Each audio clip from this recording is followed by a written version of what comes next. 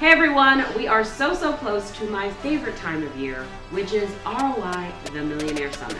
Now I know some of y'all have joined us before and some of you haven't. If you have FOMO about missing out on our previous ROI conferences, today's episode will feel like a neatly wrapped gift. You want to grow, but you won't water your plant? In 6 months, I ended up hitting $1 million simply because I had that all-in energy. I'm not living in a place of fear, but I am living in a place of like abundance mindset of like, you know what? I need to live this to the fullest. All the waiting season is the building of the foundation. Yes. The bigger and the better the foundation, the bigger my house can be. So the stronger the foundation, the stronger the house. Today I'm giving you the scoop on some of the biggest breakthroughs, highlights, and hidden gems from previous ROI speakers. If you want more, then you'll have to buy a ticket to this year's ROI event coming up in June. You can go to hello7.co/ROI for all those details. But in the meantime, catch these highlights. Welcome to the Hello 7 podcast. That's 7 as in 7 figures. I'm your host, Rachel Rodgers. So when I was 7 years old, I told my mom that I wanted to be on Broadway. I remember my dad actually got me a t-shirt, and on the front of it, it was a white t-shirt and it had big black letters. He had it made for me for Christmas and it said Broadway.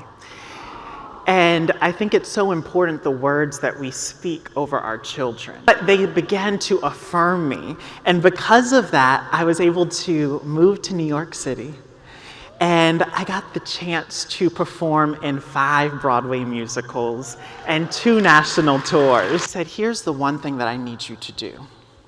When you go out on this road, you need to remember where you come from and what you stand on. You stand on a legacy.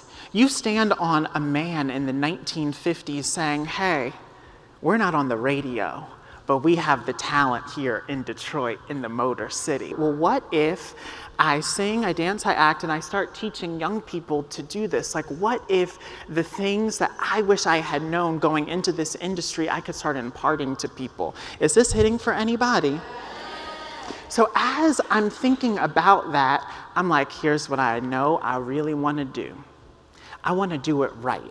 Because I know that there's somebody out here right now that's like, I'm gonna wait till it's perfect, baby. Put the video out, somebody needs it. So many of us have all of these gifts, but we're not willing to put ourselves out there and be found. You are back here being lost because you won't put yourself on. Put the video out. So I booked a discovery call at Rachel Rodgers Law, okay? And I got on that call and I'm thinking, okay, here we go. She's telling me all the things we're gonna do. And I'm like, amazing. This is wonderful. This is exactly what my business needs. And then she said, well, the engagement begins with an investment of $2,500. I said, bitch, please. Do you hear how you will let a number walk you right out of your blessing? You gotta be careful who you partner with. Because that man said to me, you want to grow, but you won't water your plant? Hey, Rachel, girl, here's my credit card. Take this money. Let's do this, all right? What's the story that you've been telling yourself? That was 2015, and things started to take off. But I kept telling myself, if I am not on Broadway, singing, dancing, and acting, how will a parent trust me to teach their student singing, dancing, and acting? I kept rehearsing that over and over and over and over and over. And the good news is, on December 9th, 2015, I went to Chase Bank with my Broadway Dance Collective legal kit, and I officially opened the Broadway Dance Collective. Do the math. Do the math. Tell me how much you contribute every week to that 401k. Tell me how much that health insurance is. I put all that math out, and Rachel said, you already make that at the Broadway Dance Collective.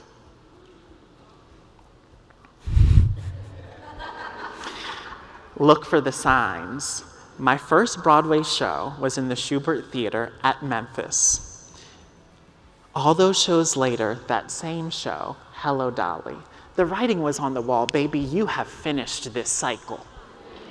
Trust it. In 6 months, I ended up hitting $1 million simply because I had that all-in energy. To get to H7, you're going to have a why, and my why happens to be in the building today, and that's my mom. And I will never forget the day that I told my mom that I was going to leave Broadway, and she said, I got you. You're going to have a why, but I want you to know that there is some rewards on the other side, right? Because as you're fighting through H1 and H2 and H3 and H4 and H5 and H6 and H7, you're gonna have this moment where you're gonna have more than enough. And you're gonna have what I like to call that overflow. You need to be careful of the words that you speak over your life.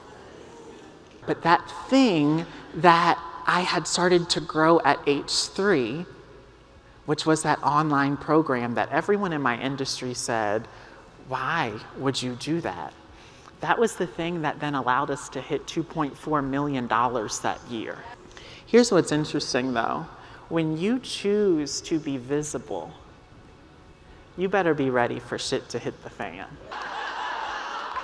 Don't listen to people that tell fibs on you. Have people fibbed on you? Have you fibbed to yourself? Big ships turn slow. And when I tell you it was the hardest 4 years of my life, but what did I tell y'all a little earlier is you gotta remember where it is that you came from. Yeah, you gotta have those moments where you start to remember and to recognize that you do not stand on your own. You have survivor DNA. There's some blood pumping through you from some folks that went through some stuff, yes? So like Pearl said, we can walk through the front door. I want you to take another step because I think that it is so easy for us to stay where we are.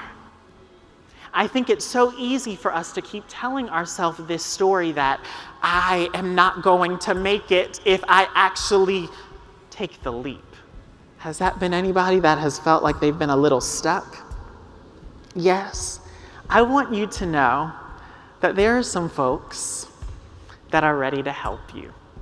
And truly, when you start to feel that your back is up against the wall, I want you to say to yourself, take another step.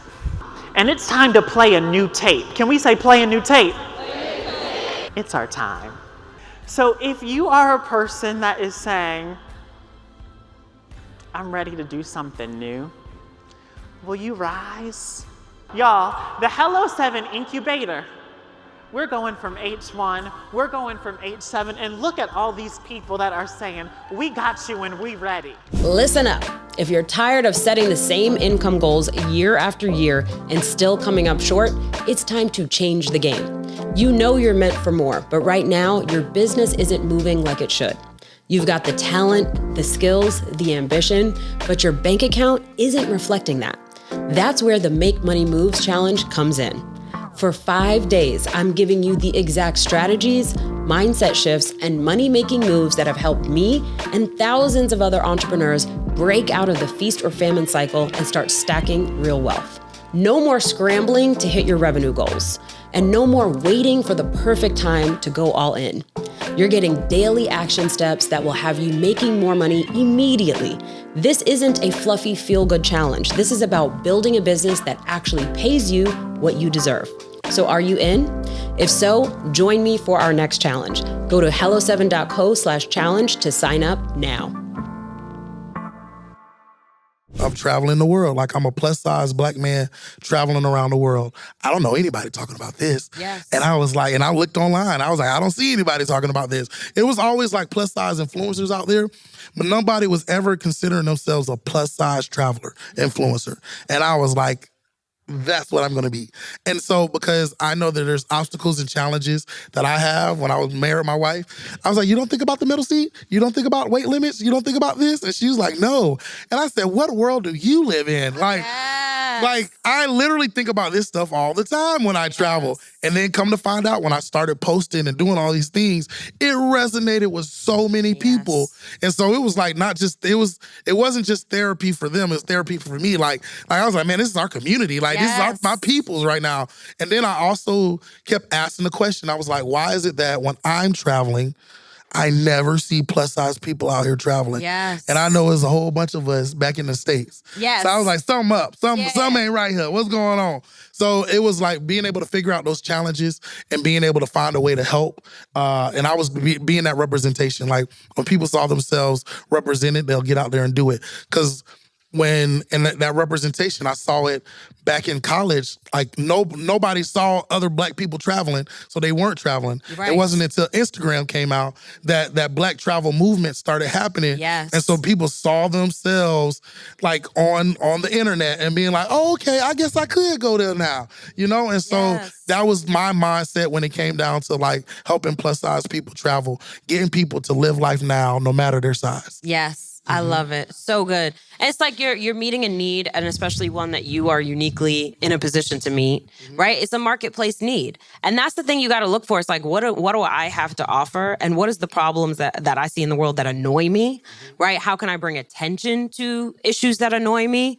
You know what I mean? And also serve a need, right? So it serves my business, but it's also helping people at the same time. Because I'm sure, yes. I was going to say, and all I'm doing is talking about myself. Exactly. Or making it so easy. Like, all I'm doing is sharing my experience.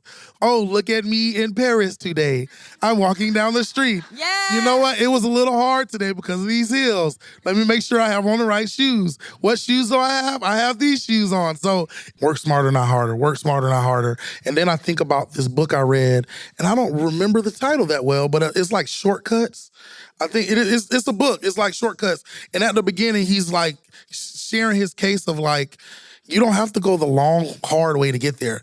Like most presidents don't go through, and we don't even understand how we have been conditioned to think that most presidents have probably started their career at this lowly level, and then they worked their way through Congress and the Senate, and then became a president. Most presidents don't even have have political careers that much. Like Reagan, Donald Trump, like Obama just became senator. Like right, exactly. I was like, oh. So it was him trying to say like there's ways of going about things and there's shortcuts so where you don't actually have to. And then it's something interesting about the people who take the shortcuts. It's the people that understand like, wait, no, I'm doing too much. Like I can make a higher impact at this level and I don't have to go through the jungles in this way to get to this level that I'm trying to get to. Yes. And I don't have to like prove myself by going through the desert for 30 years. Come on. You know what I mean? I don't want to go through that desert. No, I don't either. Mm-mm. Like, I'd like to get there faster. Come on, what's that, 40 days and 40 nights? Or 40 years and 40 nights? Yeah, exactly. Like, bro, I hated that Bible story because I was like, there's no way. Like, bro, give me the 40-day path. Like, I'm on that one. Like, how can it be quick? Yeah. And the other thing is, like, if I have coached you, you have experienced this. Because when somebody tells me, in 5 years, in 2 years, if it's anything more than a couple months, maybe I'll let you say 12 months. But I'm like, why? What's special about 5 years that it's not now? Like, what the hell are we waiting for is what I would like to... What is going to happen in 5 years that's going to make it easier? It's just do it. Exactly. You're scared. You're running from it. That's why you want it farther away in the future. And I'm like, do you want your success in the future? Then they get mad when they don't have the success faster. Run towards it. You running from it. You hiding from it. Okay? So... And I'm learning to... I might not have 5 years. God willing, I do. And my thing is, it's like, what can I do in this time now to make the highest impact that I can, because I have seen scenarios where people don't make it to a certain age. And I was like, well, shoot, I'm going to do everything I can within this time frame, because tomorrow's not promised. That's all I'm trying to say. Now, I'm not living in a place of fear, Yes. but I am living in a place of like abundance mindset of like, you know what? I need to live this to the fullest. And that's what I'm doing. So waiting on things to happen for me instead of just going for it is something I'm not doing. It's the high. Turn the highs down. Yeah. Appreciate you. Yes. And earlier y'all saw the memorial for my sister-in-law, Che, and she passed at 49 last year. And she is such an example of this because she was an adventurer. She was snowboarding. She did martial arts. She was traveling all the time. Like, she left her corporate career where she was very successful, making very good, more money than probably everybody, damn near everybody in the family. And she quit that and started her personal training business and did that, right? She wanted to move. She did that. Like, she did it. And that brings me comfort because she was living, okay? And then also always prioritize friends and family. She was always there for every special event. She missed nothing. And so it's just like, that's an example of how we need to live, right? Like, with the priorities in mind and saying yes to what's on our heart, what we're excited about, right? Like saying yes to adventure, right? Saying yes to trying new things, new hobbies, challenging ourselves in new ways. Like, that's living, right? When you run from the challenge and you run from the hard, you ain't living. You might be alive, but you ain't living.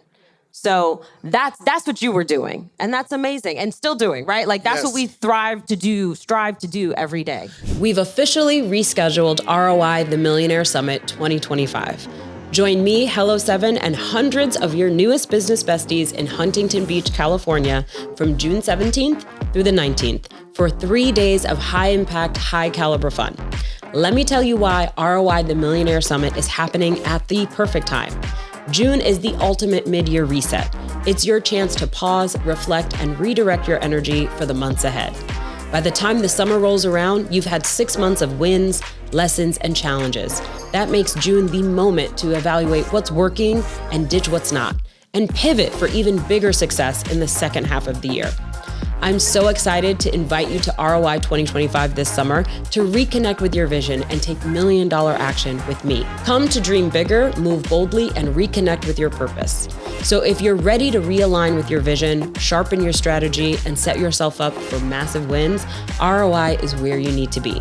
Head to hello7.co/ROI to grab your ticket.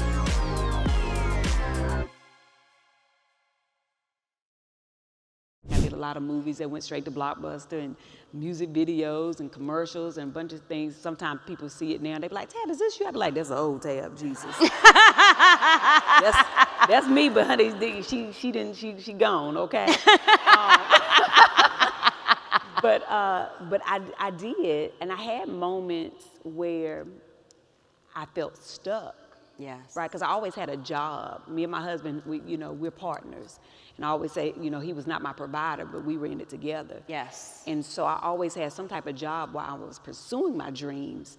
But there would still be those days where I'd be like, Lord, what am I doing? I can feel it. I know it's coming, but I can't see it. Yes. I can feel it. I'm working all kind of jobs, child, just to make sure I got money to help pay bills. Yes. But I always had this burning desire inside of me that something else was coming.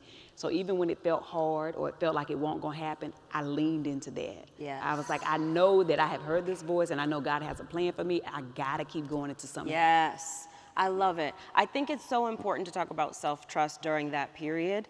Ivy talked to us yesterday about the middle, right? Where you're like, I know I'm meant for here and I'm not there anymore.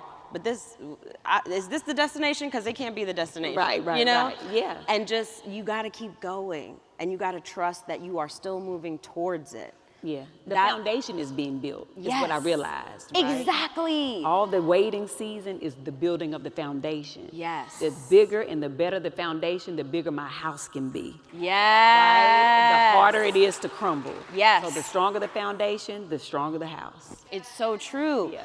I realized that too in my entrepreneurial journey. Like all the things that I have now, I wanted years ago. Yeah. And I'm like, bring it quick. Why so slow? I'm ready. Bring it now. Yeah. First of all, I was not ready. Girl, no. Okay? Like I had no leadership skills. Yeah. I had to learn to trust myself. Yes. I had to get some therapy. Yes, You know what I come on. mean? Yeah. I needed to go through some things so that I could become the person Same. that was worthy to lead. That's right. You know, the way that I wanted to lead. And so don't be mad at that middle, that middle period, that messy middle. That waiting season. Yes. That's when he's really developing us. Yes. Right? I don't mind a waiting season, honey, because that means, ooh, I must gonna be something good. Exactly. Okay. You, ooh, I'm in the about to oven be for a good. minute. Okay, yeah. You know what I mean? Honey, when I come out, baby, I'm about to be crispy and everything. Okay. I love it. Yes, absolutely. So good. Okay.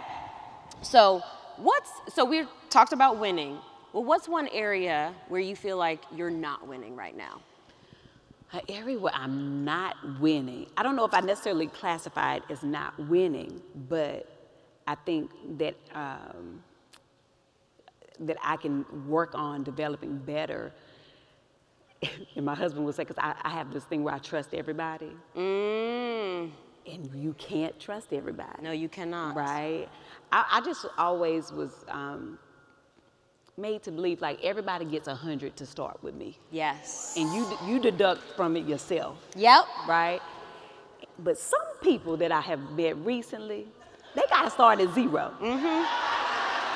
And they going to have to work their way up to the 100. Yes. I got to be okay with that. Yes. Right? And I got to see people for who they are. And I have to trust myself because I know Taya. Yes. But I don't really know you. Right? And I got to make sure that, you know, that struggle that I have with that I don't stray away from it. Especially when, you know, this gut, as I call our gift under the tummy, that's the gut. That's what God gave us. And when that thing don't feel right, it ain't right. Yes. And to never go against that. Exactly. Yeah. Yes. I'm on that same journey. Developing that instinct. Well, I always have that instinct. It's learning to listen to it the first time. Yeah.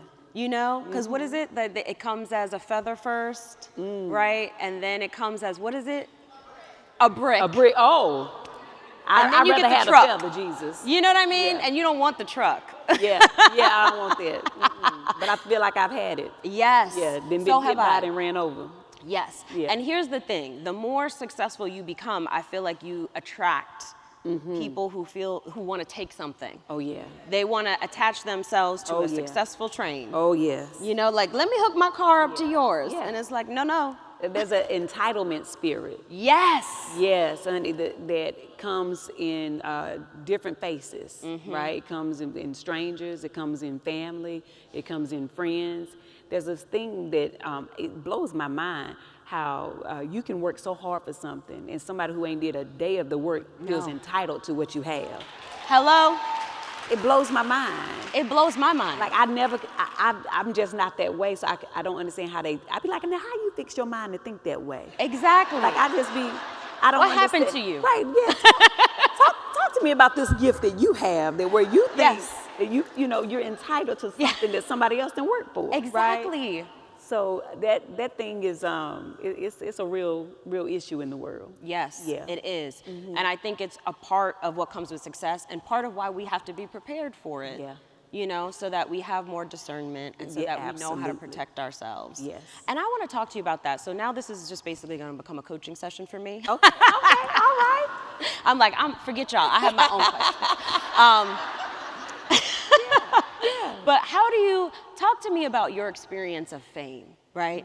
It's like, you know, I heard somebody describe fame as it's like buying a Bugatti and then being mad that it's fast. You know what I mean? Like that's what comes with it. But what is your experience of that? Because I think it's something that definitely scares me when I saw the response to my, because I was inside when my book came out, right? Like it was the pandemic. So I didn't get to go on a book tour. I didn't go outside in the world. And then I went to South by Southwest like 2 years after, or a year after my book came out, and people were screaming my name in the street. I was like, you know me? I love it. How y'all know me? Yeah. And I just wanted to run in my house and hide. Oh. It's like I was excited, but terrified, you know? Yeah. And I think there are a lot of people, I know there are, because I've talked to many of our members of our community who want the success, they feel called to it, but they're afraid of it. And they're afraid for people to know their name, to be seen, right? Like, I've had a good friend of mine went viral and was like, ooh, I'm going to hide. And I'm like, no, we're not hiding. We're taking advantage of this opportunity. So tell us about that. How do you manage that? Now, for me, it's different. Yes. Because, honey, Tab been in her mind as a little girl, I've been hearing people call my name like, You've been famous since you were 6. Remember, I grew up on the Cosby Show, right? And so there was this episode when Rudy walked in, she said, for me? Like, oh, yes, okay. This has been in my head my whole life. Yes. I enjoy it. Yes. But what I love is that it came after I was free. Yes. So when I thought I was ready, I was not, right? But I had to go through this, what I call my freedom walk. Yes. And so in these last 6 years, I've been on this freedom walk where I am just completely tabbed. So now people, when they do like know who I am when I walk in a room, they know the real Tab. Yes. So it feels like, oh, this is just a big family reunion to me. Like I feel like, oh, this is how it was always supposed to be. Yes. It feels very normal for me. I enjoy it. Yes. I love people. I'm a big people person. It can be overwhelming sometimes just because everybody knows me, but I don't know them. Yes. And so. And they know your life story. Right. They done read your book. Yeah. And you're like, you know all my business? Right. But, which I don't mind it. It's just that I have to sometimes remind people, oh, I know you know me, but I don't know you. Honey, what's your name? Right? You Tell know, me like, something. Like, let's have a conversation. Because Yes. they're like, Tab, but they talking to me like I know them too. I'm like, I do, but I don't, okay? But I enjoy it. I'm grateful for it because I also know what the other side looks like for me. Yes. Right? There was a time when people did not know my name. That part. But I know what God intended for my life. Yes. And I'm responsible with it. Money is neutral. Yes. Money is neutral. Period. It's not good. It's not bad. It is a bottle of water. And the reality is I could drink this water and hydrate myself and stay alive, or I could take it and I could bludgeon you over the head till you're dead. Same bottle of water, right? Yes. Tool, how I'm using it is the question, right? And what's my intention with it is the question. And we are inside of these systems, right? We are inside of these systems that are indeed harmful, that are indeed violent, that are deadly at times, right? And the question is, how am I maneuvering in this system? Am I maneuvering with this tool and relating to it in the way that it was given to me, as a tool of domination, as a tool of harm, as a tool of subjugation?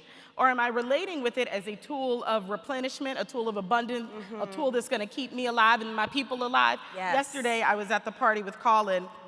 Hi, Colin, boo. And we were thirsty, and there was a long line, and I apologized to whoever I cut, because I totally cut the line.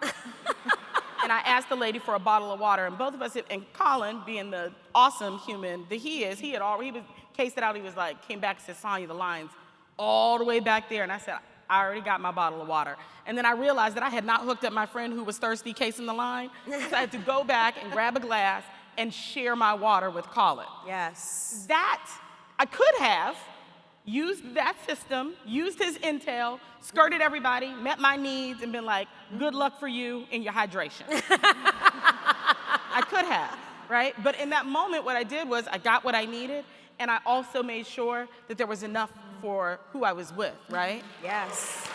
That's how we change the system. Yes. Because that's not how the system works currently. The system isn't like, get what you need and make sure that the people you love and everyone you care for are needed or taken care of. It's like, get what you need.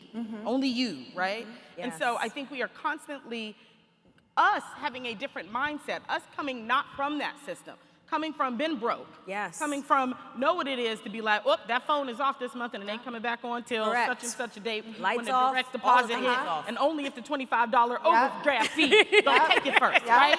Yeah. We know that place. And so my whole relationship to this tool is different than an Elon Musk relationship to this Correct. Yep. Absolutely. Yep. right? And so we're building the system right now that is a different system than the one we've been indoctrinated into. Yes, exactly. Exactly. We are allowing ourselves to, and this is what I've always said, I believe in, I was asking my husband the name of the movie. What is it again, babe? Semi-Pro. Okay. Have y'all seen this Will Ferrell movie? Semi-Pro? It's hilarious. Go watch it. I mean, there's no point in it. It's just entertainment. But one of the things that Will Ferrell says in that movie is something that we say to each other all the time. ELE. ELE. And it means everybody love everybody. Okay? Everybody love everybody.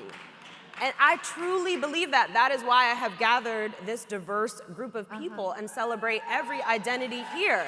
Because that is my job, right? And I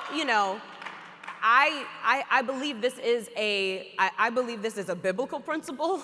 I believe this is the cornerstone of many belief systems, right? It's all about us loving each other.